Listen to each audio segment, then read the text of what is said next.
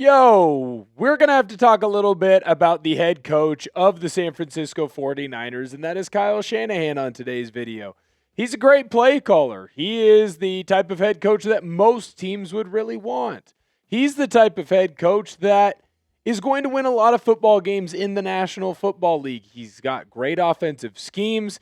He comes up with great game plans, but I think the most impressive thing about Kyle Shanahan is that when his team is able to stay healthy, and sometimes when they're not able to stay healthy, just like this year, he gets them into a position to succeed and win.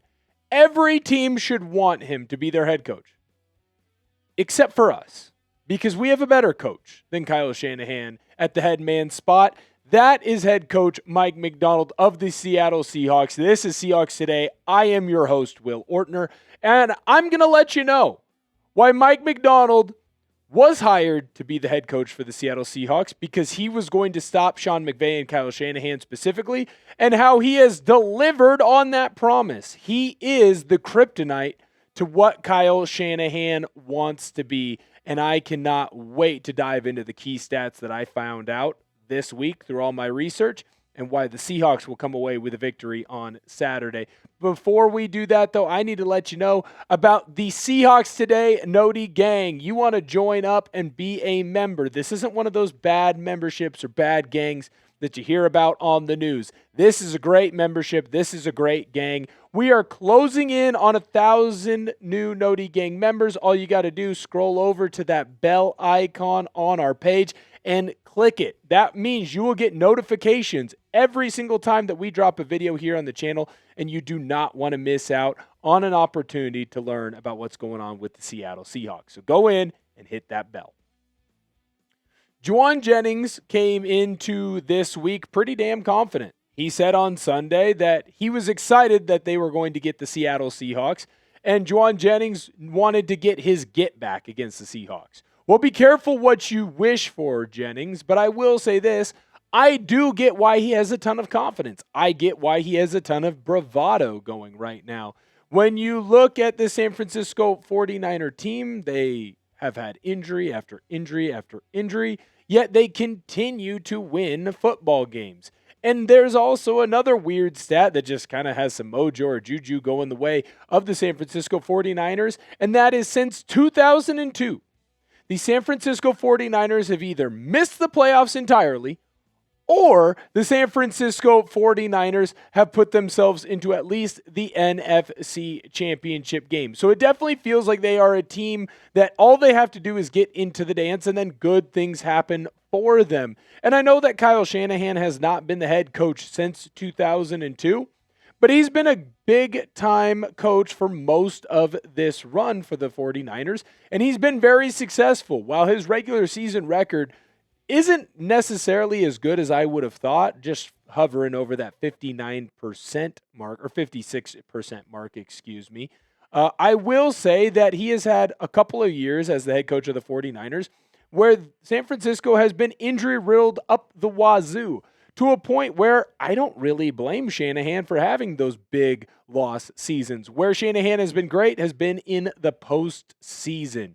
9-4 record, that's pretty damn good if you ask me. And when you look at Kyle Shanahan and his resume, all the guy does for the most part is win. I get why Jennings would have the confidence in not only his team, but in his head coach to put this team in a position where they can be successful, where they will be successful. It is something that San Francisco has been doing basically since Shanahan got there, and I get why there's a confidence. I mean, shoot, going into earlier this year, San Francisco was like 7-1 against the Seahawks in their last 8 matchups or something crazy like that. But here's the thing. GM John Schneider made a bold move when he moved on from Pete Carroll. Now, there are a lot of people, myself included, that probably realized that the Pete Carroll era, it was time to move on, despite all the good things that he had done. But Schneider went out and instead of looked for an offensive mind like most of us would have wanted, he went and he looked for a defensive mind. While most teams were zigging, he zagged, and he brought in Mike McDonald to help push this Seahawks defense to a level that we had not seen before. And he was brought in, McDonald that is, to be the young defensive mind that was able to stop the other young offensive minds, Kyle Shanahan and Sean McVay. I'm going to dive into the different things that Mike McDonald is doing and how he's able to do those things in the rest of this video. But before we get into that, I do want to ask you, who do you think will be the key player in this matchup for the Seattle Seahawks that pushes the Seahawks to victory over the San Francisco 49ers? It feels like every time that we see one of these matchups, there is one player that really plays lights out. There is one player who comes up and makes a big stop or makes a big catch or has a big run. Who is that player going to be? Let me know down below in the comment section what player you think comes up huge for the Seahawks in this matchup. Frankly, I think it's going to be Nick Eamon-Warry. Not having to guard George Kittle all week feels like he's going to do something special, and I just don't know what it's going to be next. Next, we do have to talk about more of what I was getting into when it comes to McDonald. And frankly, the way that he stopped Shanahan isn't all that difficult. I think most people have thought about it before, but he does a great job of getting the most out of his players. How does he do that? We'll get into that in just a moment. But before we do, I need to let you know about my good friends over at Rocket Money because I have a couple of vacations planned for this summer. The biggest one, the one I'm most excited about, is, of course, to get back home to the great state of Washington, go and visit Vancouver. And to be able to do that, I have to budget my money, and Rocket Money has been able to help me do that. Rocket Money is a personal finance app that helps find and cancel your unwanted subscriptions, monitors your spending, and helps lower your bills so you can grow your savings. Rocket Money has tracked my subscriptions, and we found that I was actually double paying for a couple of streaming services. Rocket Money helped me cancel those extra subscriptions and save some money. I then took that money, and Rocket Money has been helping me budget and set that money aside for those trips, and specifically that trip home that I am so excited to take. Now Rocket Money is also helping me set spending goals for each month. I'm saving a little bit of extra money on the side each month in preparation for those trips. And now I'm going to be able to do some of the cool things that I've always wanted to do back at home. Thank you so much to Rocket Money. Let Rocket Money help you reach your financial goals faster. Join at rocketmoney.com/SeahawksChat. That's rocketmoney.com/SeahawksChat. rocketmoney.com/SeahawksChat. The Seahawks are going into a weird matchup because they're going to play a divisional opponent 2 times in a row. And that's not something that necessarily happens all that often when you look at the NFL. And head coach Mike McDonald was on with NBC doing the Sunday night kind of press conference or press tour, and he went into greater detail about what it's like to face a 49ers team that literally just saw what your defensive scheme was to slow down their offense. And McDonald did a great job of doing that, obviously, in that Week 18 matchup. Here's what McDonald had to say.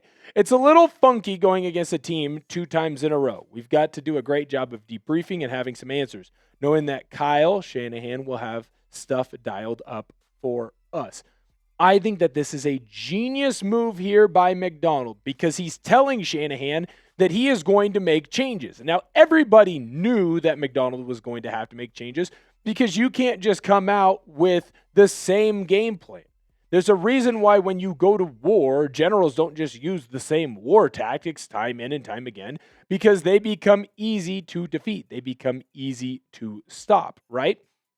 So McDonald does a great job here of letting Shanahan know that he's going to be ready and he is going to be prepared for whatever he has to throw against him. Now, what I do think is smart, too, from McDonald here is that when they have gone head-to-head against each other, McDonald actually has the better matchup than against Shanahan. Now, when you look at the record, obviously McDonald has had 4 matchups with Shanahan as the head coach of the Seahawks. We did throw in the extra one in there when it was the Baltimore Ravens against the San Francisco 49ers. Why? Because McDonald was the defensive coordinator in that matchup. So right now, Shanahan actually does not have a good record against Mike McDonald, only going 2-3 against him so far. Obviously, 2-2 with Seahawks and Niners, but more importantly, that Ravens matchup was key for McDonald to have the victory there.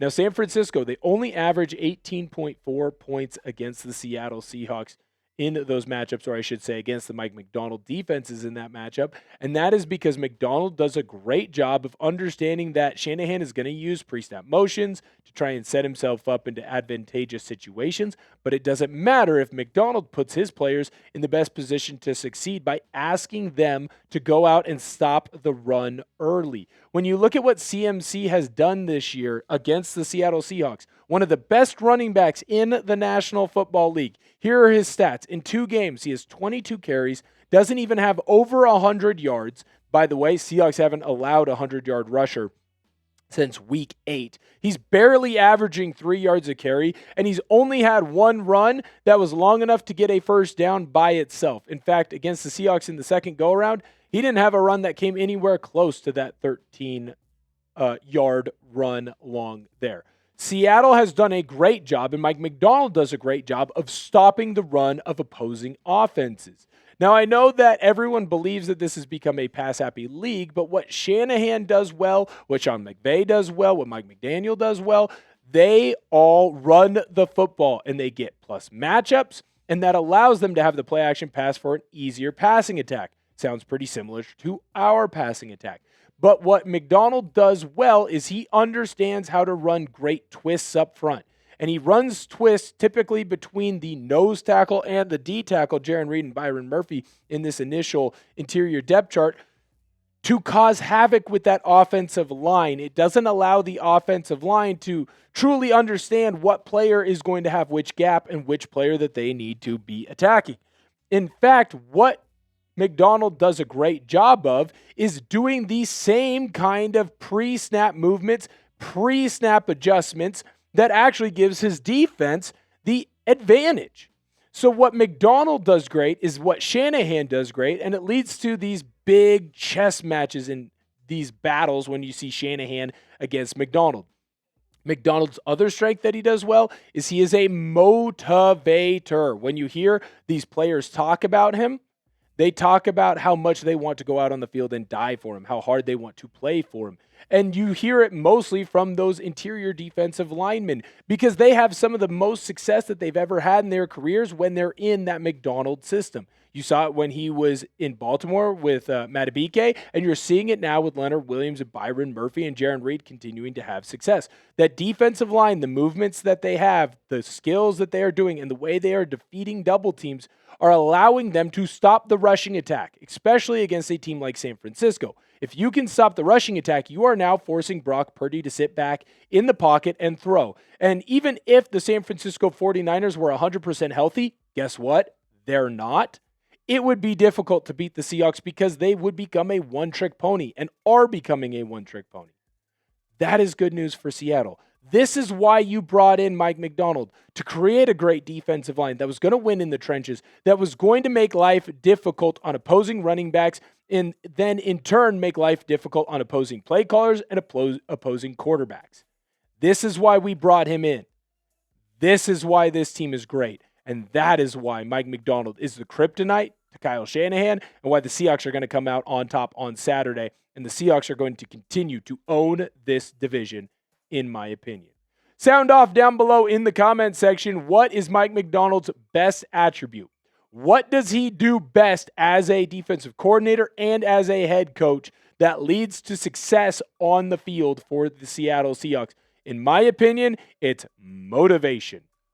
He gets the most out of his players while still not driving them into the ground. As good as Pete was at getting the best out of his players, he sometimes let those players run all over him. That was a problem for Pete. We've seen other guys have great motivation for their players, but they do it because they have their thumb on their players, and it makes their players really actually resent them, and why you see a lot of guys not have a lot of good things to say back when they're talking about a former coach of theirs. That's not Mike McDonald. He gets the most out of his guys because he knows when to push them, but he also knows when to pull back and be their buddy. He is a great motivator when it comes to the Seattle Seahawks.